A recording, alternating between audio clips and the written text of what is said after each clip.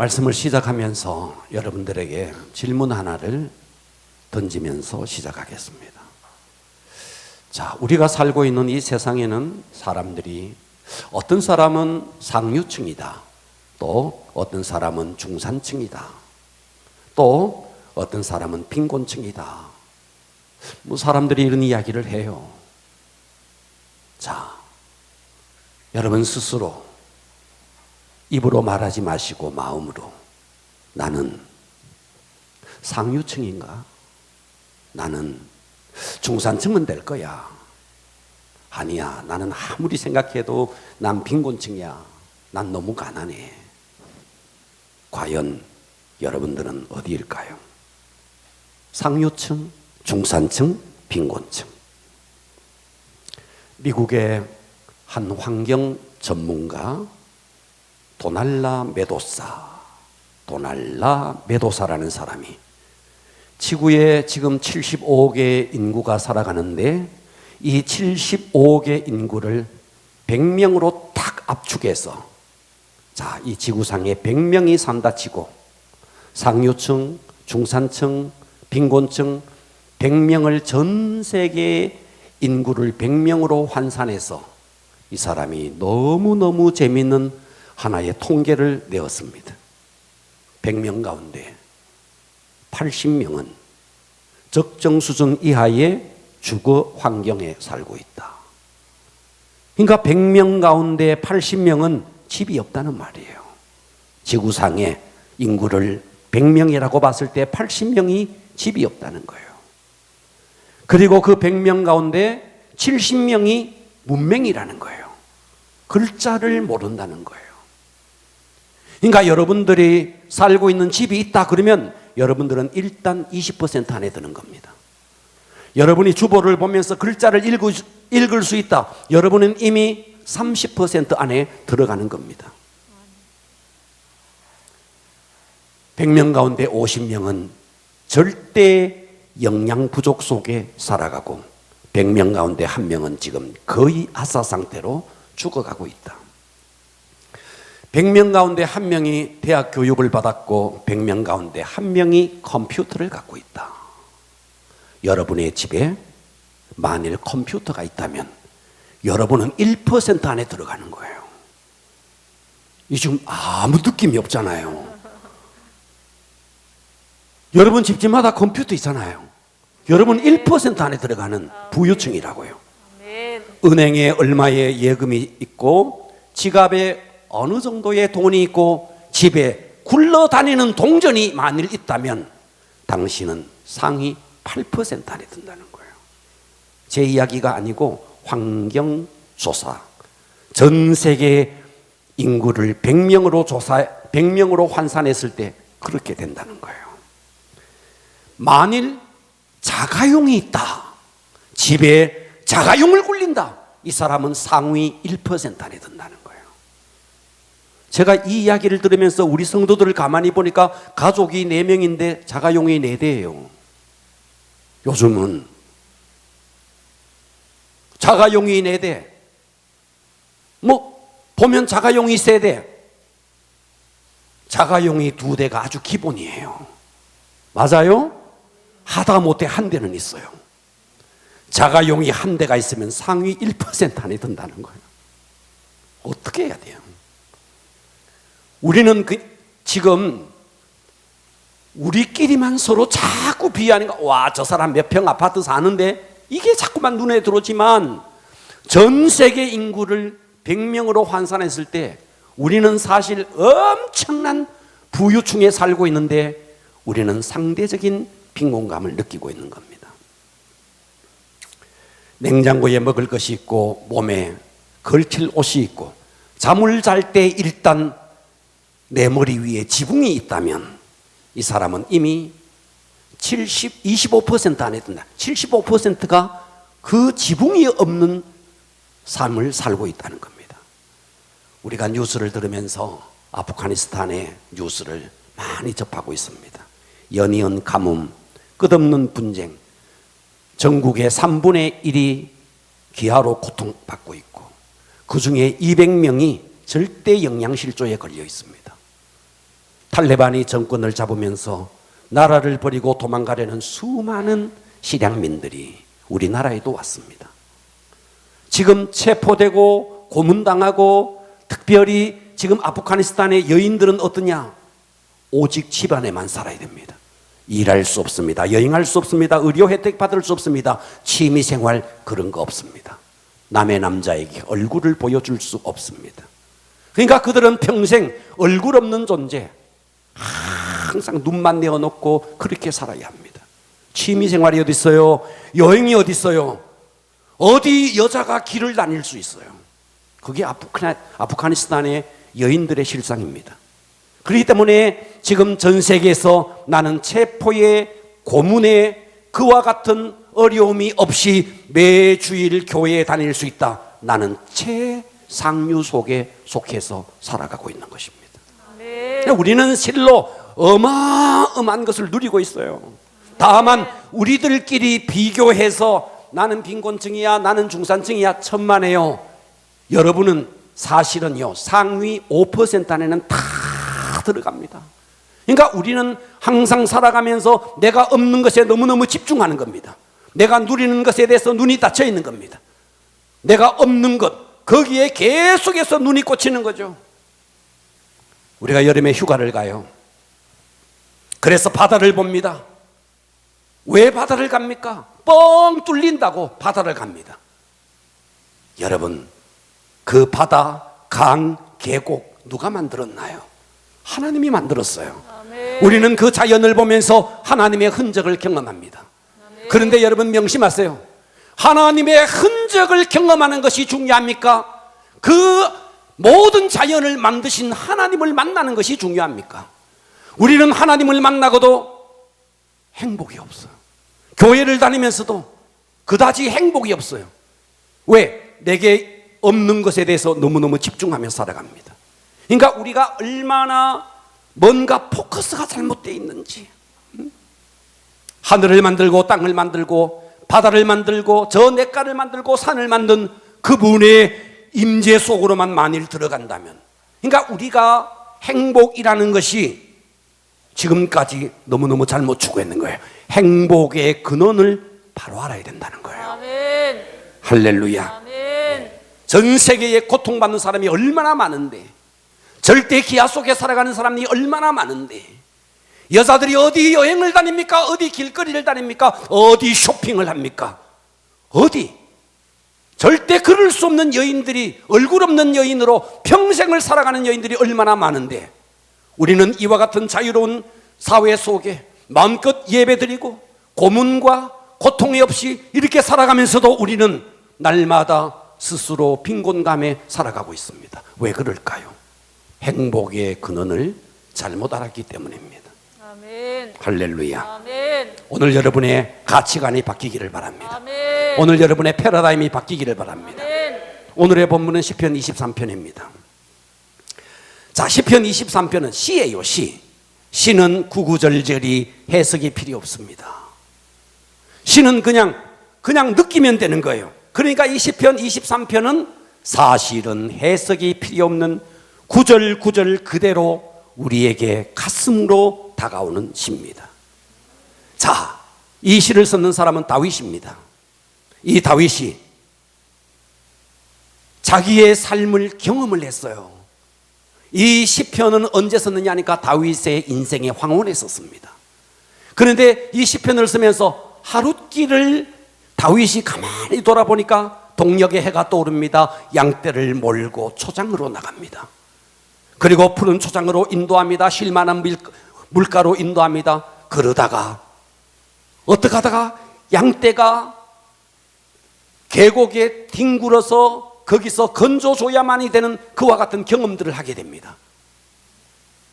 그래서 그 양떼를 건져주고, 그리고 또다시 집으로 돌아오는 하루의 일과를, 그러면서 또다시 이 다윗은 인생의 전 인생을 돌아보니까 아이가 태어났어.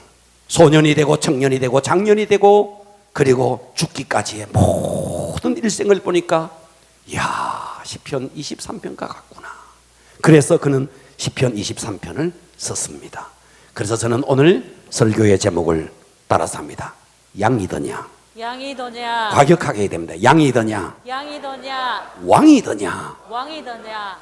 할렐루야. 아멘. 내가 하나님 앞에 양으로 살 것이냐, 하나님 앞에 어린 양으로 살 것이냐, 아니면 나의 자아의 껍질을 꺾지 못하고 언제나 나의 자아 속에 갇혀서 내 자아의 왕국에서 왕으로 살 것이냐, 양으로 살 것이냐, 왕으로 살 것이냐.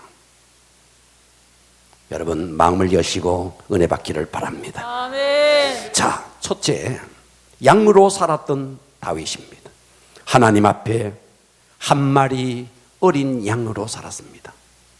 여러분, 다윗이 누굽니까? 다윗은 왕이에요. 왕이 어떤 사람입니까? 왕의 말은 곧 법입니다. 고대 사회의 왕의 말은 곧 법입니다. 지금의 대통령이 아니에요. 왕의 말 자체가 곧 법이에요. 그랬던 절대 권력을 갖고 있었던 다윗. 그런데 그는 언제나 하나님 앞에서 어린 양으로, 언제나 어린 양으로 살았습니다. 아멘. 평생을 살고 그의 인생의 황혼에 그의 고백이 뭐예요? 1절에 여호와는 나의 목자시니. 아멘. 하나님이 나의 목자가 된다면 이 말 속에 이미 덧붙이지 않아도 자기는 양이라는 거예요. 아멘. 지금까지 자기의 일생을 돌아보니까 그가 나를 푸른 풀밭에 누이시고 그가 나를 쉴 만한 물가로 인도하셨구나. 그의 인생을 다 돌아보니까 나는 하나님 앞에 어린 양으로서, 그분은 나에게 목자로서 나를 푸른 풀밭으로 쉴 만한 물가로 인도하셨구나. 아멘. 이사야서 53장 6절은 우리는 다 양 같았어. 그러니까 우리가 양이라는 거죠. 아멘. 하나님 앞에 양이라는 거죠. 아멘. 그런데 여러분, 양의 특성이 있습니다.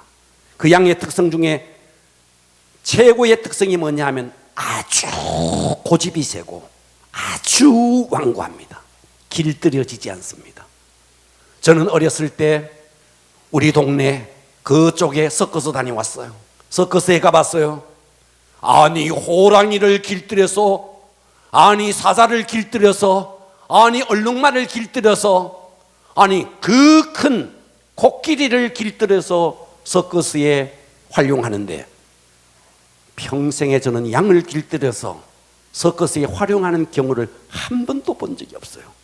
길들여지지 않는 양, 절대로 길들여지지 않습니다. 그냥 자기 길로 갑니다. 가고 싶은 자기 길로 계속 갑니다.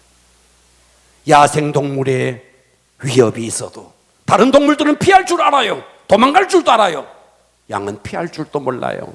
도망갈 줄도 몰라요. 앞에 황량한 사막이 펼쳐져 있는데도 그냥 끝없이 자기 길로 가는 거예요. 이게 양이에요. 그래서 터키에서 실제로 일어난 일입니다. 1000명의 양을 치는 목동이 있었는데, 잠시 점심을 먹는 순간에 양들이 그냥 낭떠러지로 떨어졌는데, 한 마리 양이 떨어지니까 이어서 떨어지는 걸 보면서 계속 떨어지는데, 한순간에 450마리의 양이 낭떠러지에 떨어져서 죽었어요. 얼마나 우리 인간과 비슷합니까? 얼마나 우리 인간이 고집이 셉니까? 안 된다는 걸 알면서 계속해서 그 길을 고집해서 가는 우리 인간. 그래서 성경은 우리는 다 양 같다는 것입니다. 아멘. 또 양이 얼마나 두려워하는지 몰라요. 예. 그래서 어떤 스포츠에, 야구에, 축구에 사자를 마스코트로 합니다. 기아 타이거즈, 호랑이를 마스코트로 합니다. 날아다니는 독수리, 이글즈를 마스코트로 합니다. 양을 마스코트로 하는 데는 없어요. 왜요? 만일 어느 스포츠단이 양을 마스코트로 했다, 아마 다 비웃을 겁니다. 어떻게 양을 마스코트로 했느냐고. 네? 그러니까 양은 완고하고 고집세고 그리고 두려워합니다. 이것이 우리 인간과 얼마나 비슷한지요. 근데 성경은 말했습니다. 그와 같이 연약한 양이지만 여호와는 나의 목자시니. 아멘. 그러니까 우리 양은 어떻게 해야 되느냐? 절대적으로 목자를 의존해야만이 살 수 있는 존재라는 거예요. 아멘. 다른 모든 동물들은 자기 혼자서 살 수 있어요. 독립적으로 살 수 있어요. 양은 절대로 독립적으로 홀로 살 수 없는 거예요. 목자를 의존해서만이 살 수 있는 그 실존이, 이것이 바로 우리 인간이라는 겁니다. 아멘. 근데 요즘 목자가 많아졌어요. 돈이 목자가 되고, 요즘 최고의 목자는 아마 폰이지 않을까? 스마트폰이지 않을까? 요즘 최고의 목자는 텔레비전이 아닐까요? 그래서 어제 인터넷을 뒤져봤더니 이런 재미있는 목자가 있더라고요. TV는 나의 목자시니 내 영혼은 늘 부족하리로다. 그는 나를 소파에 앉게 하시며 그는 나를 아무것도 하지 못하게 하는도다. 그는 세상에 정보를 주지만 하나님으로부터 점점 멀어지게 하는도다. 그는 매주일 예배에 빠지게 인도하며 하나님의 나라를 위해서 아무것도 하지 않게 하는도다. 내가 100살까지 살지라도 TV를 항상 시청할 것은 그가 나의 동행자이기 때문이라. 그는 내게 소리를 들려주고 그림을 보여주지만 하나님과 전혀 상관없는 것들로 내 머리를 채우고 가족들과 함께하는 중요한 시간을 빼앗는도다. 정녕 선하지 않는 것이 것들로 채워지니 내 평생의 후회와 자책뿐이로다. 텔레비전을 목자로 살아가는 자가 이렇다는 거예요. 그런데 성경은 말합니다. 여호와는 나의 목자시니. 할렐루야. 아멘. 오늘 이 하나님을 여러분의 인생의 목자로 삼을 수 있기를 축복합니다. 아멘. 그러면 어떤 일이 벌어지느냐? 내게 부족함이 없으리로다. 아멘. I shall not want. 자, 절대로 부족함이 없다는 거죠. 아멘. 더 이상 원하는 것이 없다는 거죠. 아멘. I shall not want. 나는 더 이상 원하는 것이 없다는 겁니다. 오늘날 얼마나 많이 부족함을 느껴요. 그것은 다 상대적인 빈곤입니다. 마음을 여시면 하나님이 어떤 분인가, 그리고 우리가 그 하나님의 임재 속으로 들어가야 됩니다. 그래서 여러분들이 부족함을 느낀다는 것은 다른 의미에서 불신앙입니다. 불신앙이 있기 때문에 부족한 걸 느끼는 거예요. 하나님이 살아계시는데, 그런데 왜 우리가 부족함을 느낍니까? 그리고 우리가 사실 전 세계 인구를 봤을 때 100명 가운데 우리는 상위 5% 안에 드는데, 자가용만 한 대만 있어도 상위 1% 안에 드는데, 그런데 우리는 왜 자꾸만 이 빈곤 속에 살아갑니까? 하나님은 이렇게 살아계시고 우리에게 부족함이 없도록 채워주시는 분이신데 아멘. 눈이 열려야 됩니다. 아멘. 그리고 그 하나님이 어떤 분인가? 3절 보십시오. 내 영혼을 소생시킨대요. 아멘. 그리고 자기 이름을 위하여 의의 길로 인도한대요. 아멘. 소생시킨다는 말은 뭔가 위급한, 양에게는 위급한 상황이 벌어졌다는 말입니다. 자, 목자가 양을 몰고 길을 갑니다. 뒤따라오던 양이 구렁이에 굴러요. 자, 양의 생김새가 어떠냐 하면 다리가 짧아요. 그리고 몸집이 굵어요. 그래서 어쩌다가 양이 굴러버리면, 우리 인간은 팔이 길어요, 다리가 길어요, 그리고 몸이 유연해요. 구르더라도 자기가 홀로 일어날 수 있어요. 그런데 신기하게 양은요, 구르면은요 어떻게 되느냐니까 대굴대굴 굴러가다가 내 다리를 하늘로 뻗치고 막 이러고 있는 거예요. 이런 상태예요. 이렇게 지금 뭔가 소생이 필요한 그와 같은 상황 속에 양이 처해 있다는 거죠. 아멘. 그래서 등을 땅바닥에 대고 이 네 발을 하늘로 이렇게 막 하고 있으면 야생동물의 아름다운 멋진 맛있는 식사감이 되는 거죠. 양이 없으면 바로 죽는 거죠. 목자가 없으면 죽는 거죠. 그런데 여호와는 나의 목자가 되셔서 아멘. 할렐루야. 아멘. 여러분의 영혼을 소생시키시고 아멘. 자기의 이름을 위하여 의의 길로 인도하시는도다. 아멘. 4절을 보세요. 양인 내가 사망의 음침한 골짜기. 여러분, 우리 인생이요, 다윗을 보면 정말 도망자가 되어서 얼마나 사망의 음침한 골짜기를 탔는지 몰라요. 여러분, 우리의 인생이 참 사망의 음침한 골짜기를 만날 때가 많습니다. 여기서 사망의 음침한 골짜기를 영어로는 섀도우라고 썼습니다. 그림자라는 말이죠. 우리가 병이 들었습니다. 죽음은 아니지만 죽음의 그림자죠. 교통사고가 났습니다. 죽음은 아니지만 죽음의 그림자죠. 사망의 그림자죠.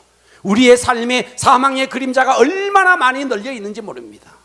그런데 성경이 뭐라 그랬어요? 내가 사망의 음침한 골짜기를 다닐지라도 할렐루야, 해를 두려워하지 않을 것은 주께서, 여러분 여기에 시편 23편 전체 구절 속에 하나님이 우리와 함께 한다는 구절은 딱 한 번 나오는데, 어디에? 사망의 음침한 골짜기를 다닐 때, 그때 하나님이 나와 함께 한대요. 아멘. 그리고 주님의 지팡이와 막대기가 우리를 안전하게 보호하여 준다는 겁니다. 아멘. 그러니까 여러분의 인생에 뭔가 어둡고 힘들고 고통스러울 때, 우와, 지금이야말로 하나님을 경험할 수 있는 절호의 기회구나. 아멘. 여러분, 밤하늘이 깜깜해야 별을 볼 수 있습니다. 여러분이 고난 속에 우리는 무엇을 경험할 수 있느냐? 하나님의 임재, 하나님이 나와 함께하는 것을 경험할 수 있다는 아멘. 것이죠. 5절 보세요. 주께서 내 원수의 목전에서. 자, 이 말은 이런 배경이 있습니다. 목자가 양을 몰고 갑니다. 우리가 가끔씩 뭐 산으로 간다거나 이럴 때 날파리 하나가 콧구멍에 들어와도, 날파리 하나다가 어쩌다가 눈에 들어오면 얼마나 눈이 힘들어요. 날파리 하나가, 여러분 그런 경험 못 해봤어요? 했는데 날파리 한 마리가 콧구멍으로 들어왔네, 이런 경우가 있잖아요. 그런데 이 목자가 양을 몰고 광야로 지나가면 그 광야에는 무엇이 제일 많으냐면 파리 중에서 코파리, 코를 공격하는 파리. 여러분, 대한민국에 있는 파리들은요 얼마나 온유한지 몰라요. 얼마나 온유한지.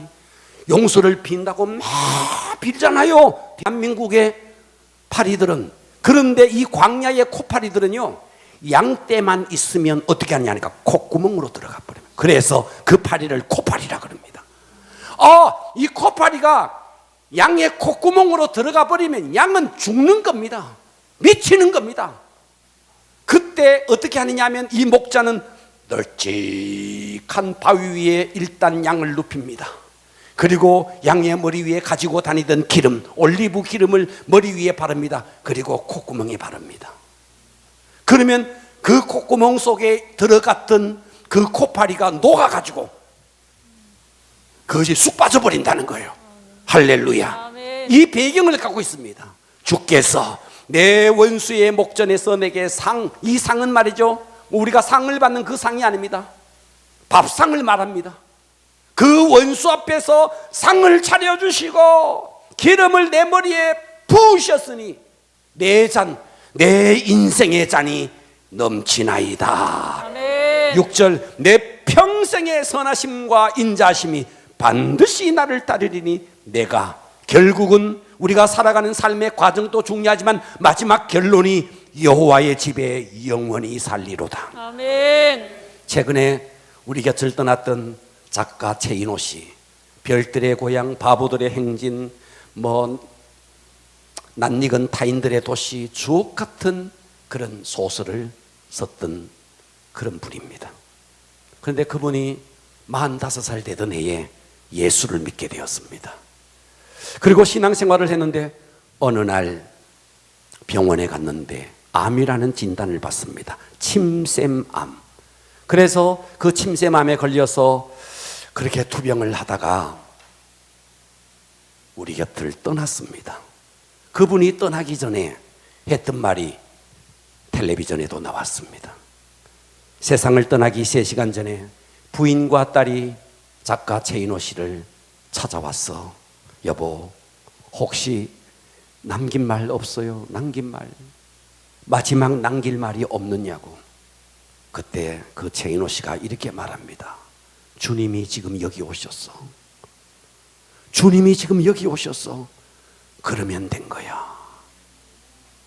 주님이 지금 여기 오셨어. 할렐루야. 아멘.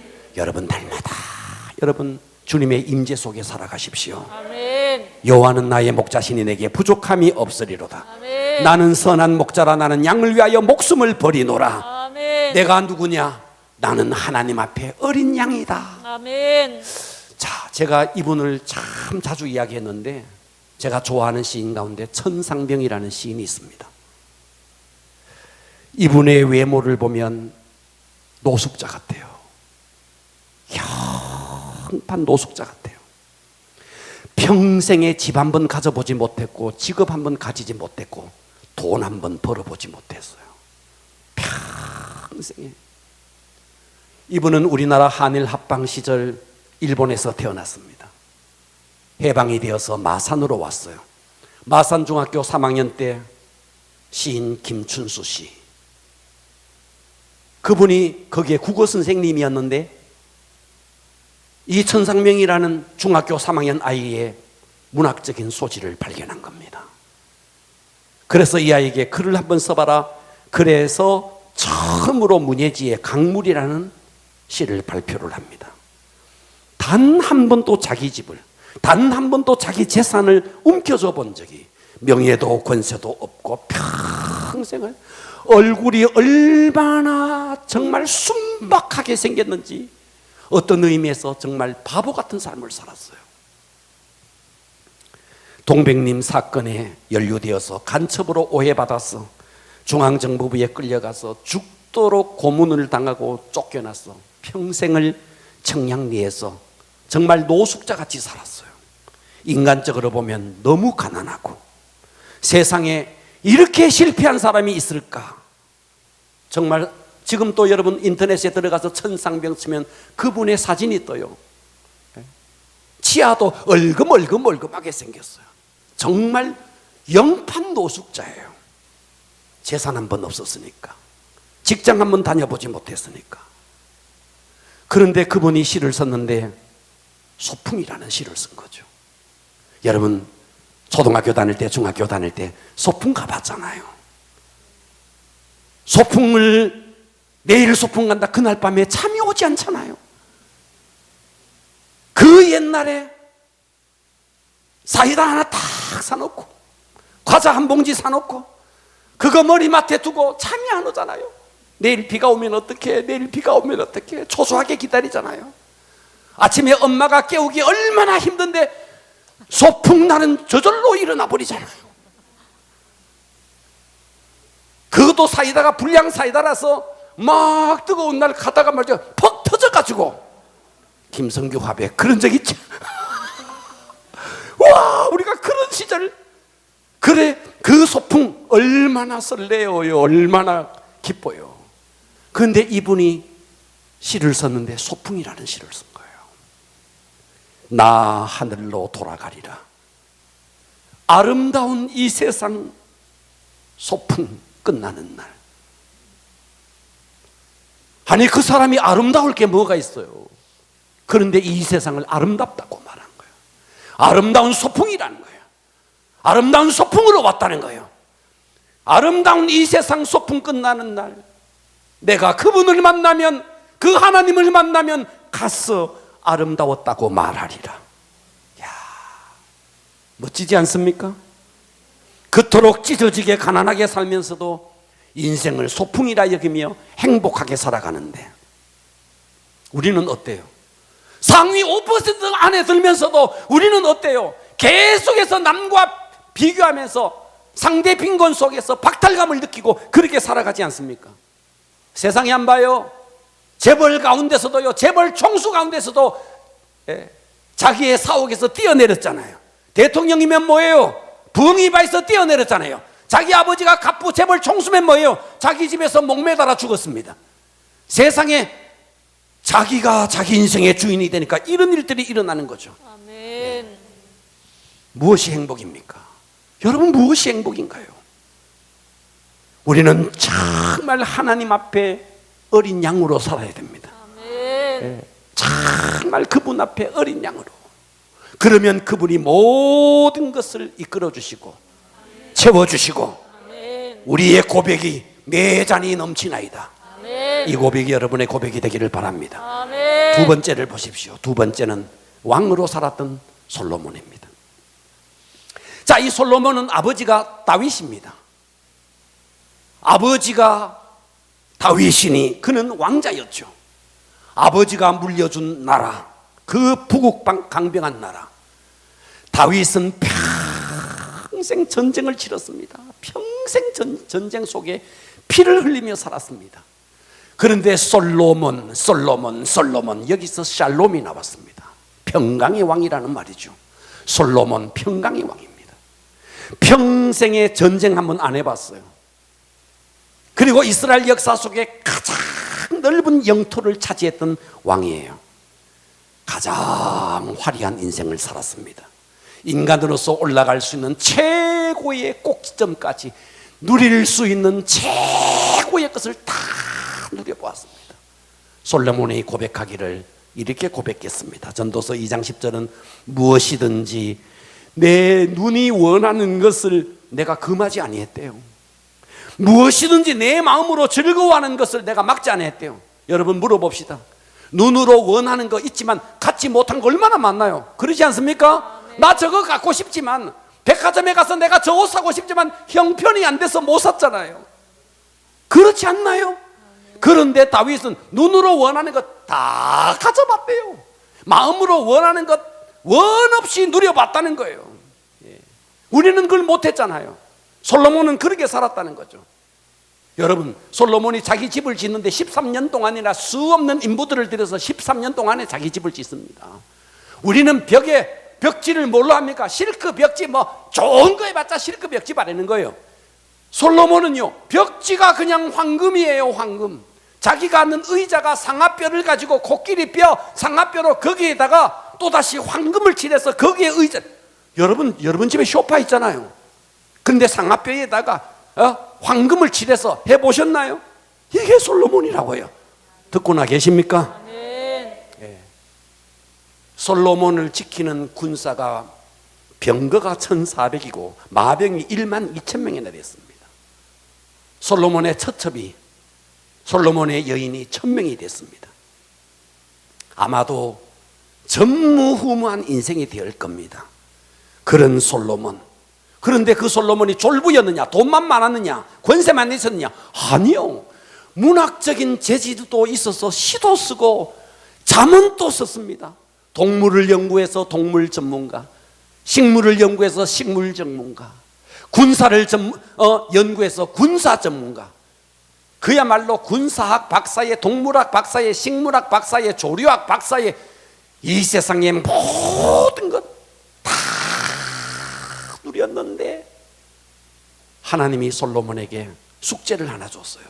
그래 솔로몬, 네가 이 세상에 살면서 네가 눈으로 원하는 거, 네가 마음으로 원하는 거 다 누려보았지. 모든 걸 누렸으니 너의 인생에 대해서 소감문을 하나 적어. 그 소감문이 전도서입니다. 그 전도서 1장 2절은 이렇게 말하는 거예요. 전도자 솔로몬이 말하는 거예요. 헛되다는 거예요. 헛되고 헛되며 헛되고 헛되노니 모든 것이 헛되도다. 여러분 한번 봐요. 다 가져봤네, 다 누려보았네, 다 먹어보았네. 우리 같으면 어떻게 써야 되느냐 하니까 끝내주고 끝내주고 끝내주고 끝내주니 끝내주는 도다. 이렇게 적어야 될 솔로몬이 헛되고 헛되며 헛되고 헛되니 모든 것이 헛되다. 여러분이 헛되다는 말은 말이죠, 겨울날 여러분 밖에 나가면 입김을 후 불면 입김이 쑥 났다 그냥 순간에 사라지는 것, 이것이 헛된 겁니다. 할렐루야. 아멘. 청교도 목사님 가운데 제리 마이어 버러스라는 목사님이 이런 말을 썼습니다. 세상에서 성공해서 행복하고 하는 사람은 마치 얼마나 이게 가슴으로 와닿는지 몰라요. 마치 줄임배, 배고픈 사람이 바람이 부는 언덕에 서서 공기를, 바람을 들이마시면서 그 허기를 채우려고 하는 것과 똑같다는 거예요. 이해되시면 아멘 좀 해봐요. 아멘. 할렐루야. 아멘. 세상에서 행복을 얻으려고 하는 것은 뭐와 같은데, 바람을 마셔서 허기진 배를 채우려고 하는 것과 같다고요. 아멘. 얼마나 절절한 표현입니까? 내가 왕이 되면 그런 인생을 살 수밖에 없는 거예요. 내가 스스로 왕이 되면 아멘. 자아의 껍질을 깨지 못하고 내가 뭔가 부귀를, 내가 뭔가 명예를 추구하려고 하면 지나가는 바람을 마셔서 허기진 배를 채우려고 하는 것과 똑같다고요. 아멘. 패러다임을 바꾸셔야 됩니다. 아멘. 그래서 나는 나의 인생을 내 인생의 왕자에 내가 앉아 있을 것이냐, 나는 다만 하나님 앞에 어린 양으로서 그분을 목자로 모실 것인가, 선택은 우리가 하는 것이죠. 아멘. 할렐루야. 아멘. 그래서 세 번째, 우리는 어떻게 살 것인가. 오늘 이 세 번째 은혜 받기를 바랍니다. 아멘. 자, 다윗은 말제로 태어났습니다. 8째 아들로 태어났습니다. 자, 보세요. 사무엘이 이새의 집, 다윗의 아버지 이새의 집에 왕으로 기름 부을 아들을 찾기 위해서 옵니다.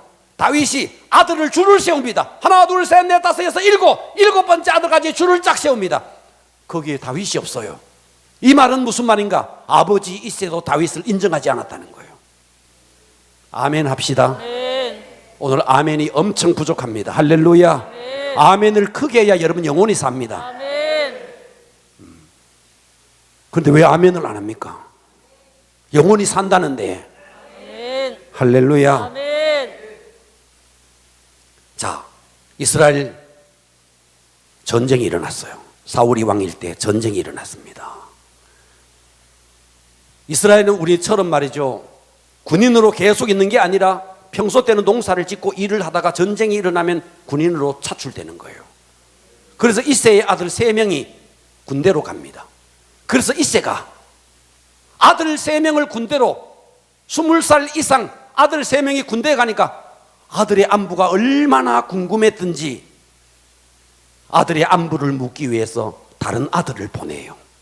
자, 여러분 같으면 첫째 아들, 둘째 아들, 셋째 아들이 군에 갔으면 그 다음에 안부를 묻기 위해서 몇째 아들을 보내야 돼요? 넷째. 넷째를 보내야 상식이죠. 아멘. 맞습니까? 아멘. 근데 이새는 누구를 보내요? 다윗을 8번째 아들을 보내는 거예요. 왠지 아십니까? 화살이 빗발치는 전쟁터에 죽어도 상관없는 자식이에요. 이게 다윗이에요. 이게 다윗이라고요. 그러니 부모로부터 인정받지 못했죠. 그 전쟁터에 갑니다. 형이, 엘리압이라는 형이 다윗을 막 거기서 곤욕스럽게 만듭니다. 이게 다윗이라고요. 얼마나 슬픈 인생입니까? 그런데 이 어린 다윗의 인생에 하나님이 그의 목자가 됐다는 거예요. 아멘. 아버지가 무시하고 형이 무시하고 동네 사람이 다 무시해도 다윗의 목자는 하나님이었다는 거예요. 아멘. 그 빗발치는 전쟁터에 그 골리앗이 막 와서 이스라엘의 하나님을 막 저주하는데 다윗의 고백이 뭡니까? 사무엘상 17장 45절은 이렇게 말하는 거예요. 다윗이 블레셋 사람에게 이르되, 너는, 골리앗을 두고 하는 거예요, 너는 칼과 창과 단창으로 내게 나오거니와 나는 만군의 여호와의 이름, 할렐루야, 아멘. 곧 네가 모욕하는 이스라엘 군대의 하나님의 이름, 아멘. 뭐예요? 나는 그분의 양이라는 거예요. 아멘. 그분은 나의 목자라는 거예요. 아멘. 이 다윗의 고백을 한 봐요. 그러니 어떤 일이 벌어집니까? 그 어마어마한 골릿 물맷돌 하나에 그냥 끝내버리는 거죠. 아멘. 여러분, 환난이 문제가 아닙니다. 여러분의 삶의 고통이 문제가 아닙니다. 아멘. 그분이 나의 목자가 돼야 되는 거죠. 아멘. 다윗이 그 사건 때문에 순간은 영웅이 됐습니다. 이제 돌아옵니다. 예루살렘으로.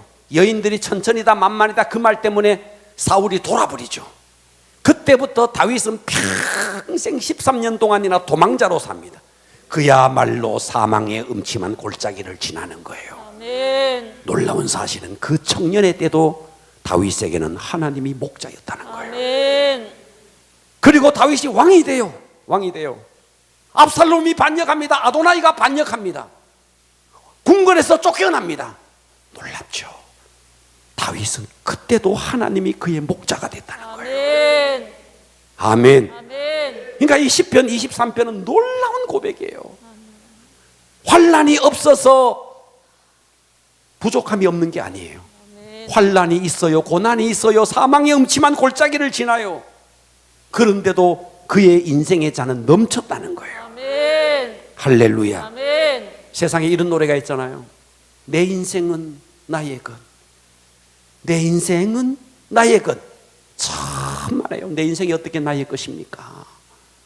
주님의 것입니다. 아멘. 주님이 목자가 되어야 됩니다. 아멘. 그런 인생 하나님 오늘 이 본문의 말씀처럼 인생의 잔을 넘치게 만들어 주실 것입니다. 아멘. 돈이 아무리 많아도 주님이 목자가 되지 아니하면 부족함 투성입니다. 아멘. 아무리 건강해도 주님이 목자가 되지 아니하면 부족함 투성입니다. 아멘. 할렐루야. 아멘. 다윗이 왕이 됩니다. 그래서 법궤가 이제 다윗 성으로 들어옵니다. 이스라엘은 신정국가입니다. 신정국가이기 때문에 문무 대신들이 그 광경을 다 보고 예루살렘 거민들이 그 광경을 다 지켜봅니다. 그런데 다윗이 하나님의 법궤가 들어오니까 얼마나 기뻤던지 춤을 추죠. 할렐루야. 아멘. 우리가 잘 압니다. 그런데 바지가 막 내려갑니다. 그 광경을 당시의 왕비였던 미갈이 업신여깁니다. 성경을 보십시오. 사무엘상 6장 20절 우리 다 같이 한번 합독합니다. 시작. 다윗이 자기의 부족에게 시므의 딸 미갈이 나와서 할 수 있는 왕이 오늘 어떻게 영화로우신지 방탕하는 자가 흠치 없이 자기의 몸을 드러내는 것처럼 오늘의 그의 신복의 계집종의 눈앞에서 몸을 드러내셨도다 하니 진열이 이르되 내 아버지와 그의 온 집을 버리시고 나를 이스라엘 주권자로 삼았으니 내가 여호와 앞에서 이 놀리라. 할렐루야. 아멘.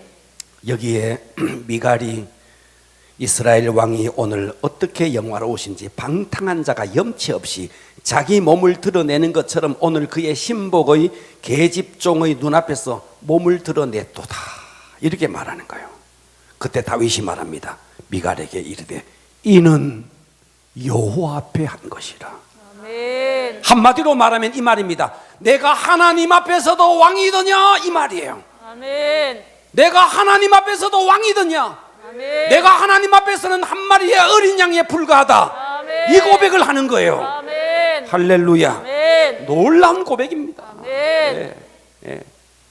어찌 우리가 하나님 앞에 왕일 수 있습니까? 아멘. 그러니까 우리는 교회 왔을 때 직분 다 떼야 됩니다. 아멘. 예.